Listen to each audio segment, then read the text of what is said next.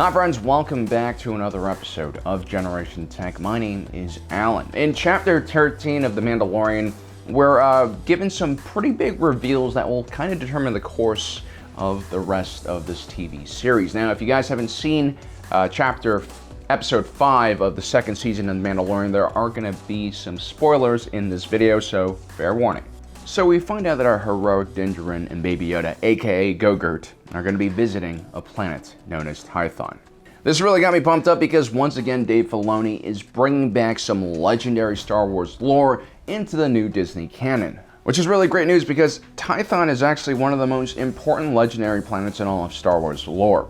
And its reveal could alter how we view some major factions in Star Wars like the Jedi and the Sith. So Tython was first introduced to Star Wars in the novel Rule of Two, which featured the famous Sith Lord Darth Bane, creator of the Rule of Two. It was described as the birthplace of the Jedi Order, which I guess is true to a certain extent. In canon, it reappeared in the Dr. Aphra series. Dr. Aphra had tricked Darth Vader into bringing his Death Squadron to the planet in order to prevent the Empire from finding the Rebel base, which was actually located on Hoth at the time. Tython was also a beginner world in the very popular Old Republic MMORPG, which actually brings us closer to the time period we're going to analyze today. See, Tython's history is ancient. It predates the foundation of the Republic. In 36,453 BBY, 8 giant pyramid ships of unknown origin started visiting worlds with Force-sensitive individuals all across the galaxy. These ships were known as the Thor-Yor, and they were able to navigate through the galaxy at faster than light speeds. At the time, the various species of the galaxy were all isolated on their own home worlds. There was very little interstellar traffic at the time because the technology was not widespread.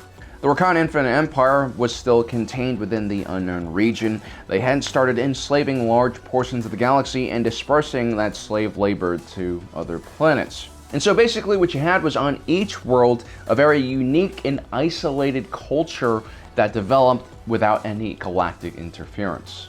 On many of these worlds, you also started seeing Force-sensitive beings develop their own culture and belief systems. The Thor-Yor sped up the process of cultural evolution by taking all of these Force-sensitives from different worlds and then placing them on the same ship and kind of just forcing them to cooperate with one another. Force users from a variety of different species and planets basically started teaching each other what they knew about the Force, and things went pretty smoothly. There was very little infighting, and for some reason everyone was just kind of unified in trying to figure out this crazy magical energy force. Now eventually all of these pyramid ships arrived in the Tython system, which had 1 sun and 11 planets, including Tython. The Thor-Yor would converge together around a colossal version of their pyramid ship on Tython, and a massive force storm heralded the arrival of these Force pilgrims.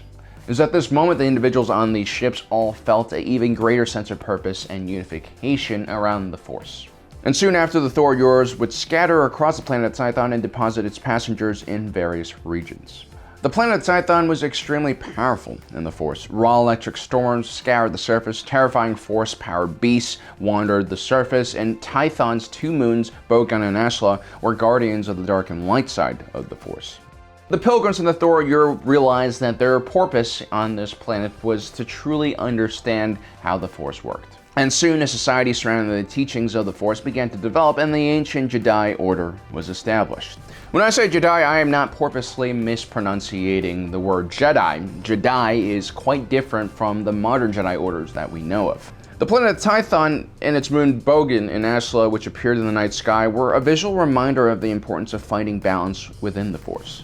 The Jedi broke down their teachings into 3 different segments. You had Ashla, which was the light side of the Force, you had Bogan, the dark side of the Force, and then the concept of Bendu, which was balance.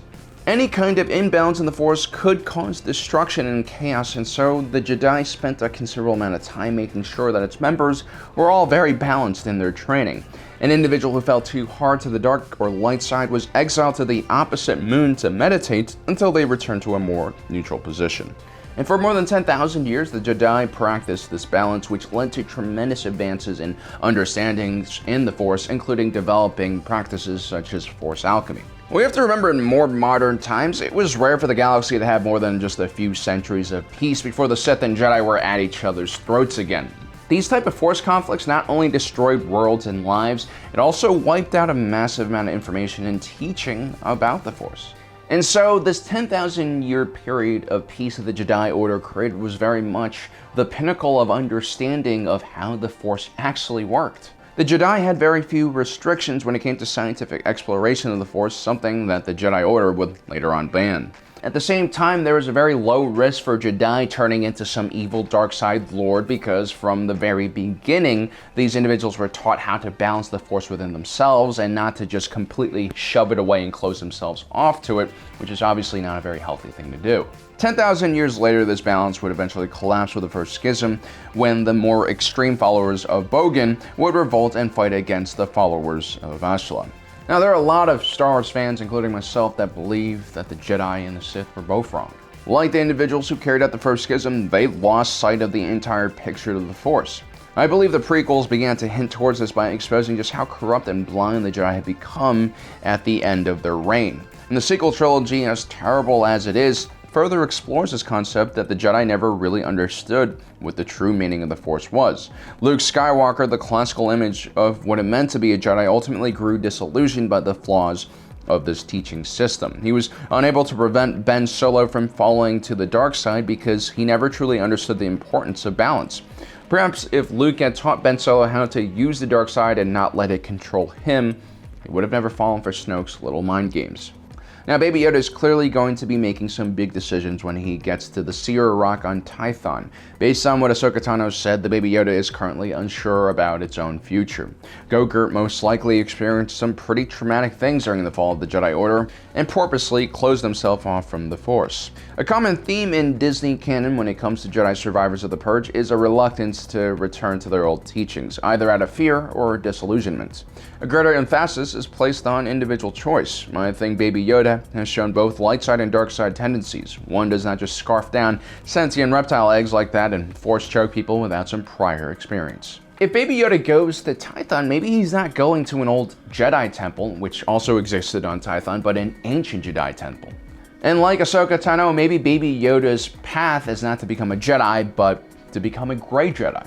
This is a modern version of the ancient Jedi. These were beings that walked a fine line between the light and dark side, but refused to surrender to either. Without the actual Jedi Order in place restricting everyone, it'll be a lot easier to follow these kinds of beliefs. I mean, this kind of goes towards my theory that Disney has been trying to desperately make their own mark on Star Wars and get away from what George Lucas has created. If you think about it, Baby Yoda to this date is one of the only successful things that Disney has created that has gotten widespread popularity. I mean, sure, it's just a tiny version of Lucas's Yoda, but it's fine. It's worked. Go-Gurt is a cultural phenomenon, and he'll probably carry Star Wars for the next few years, maybe even longer.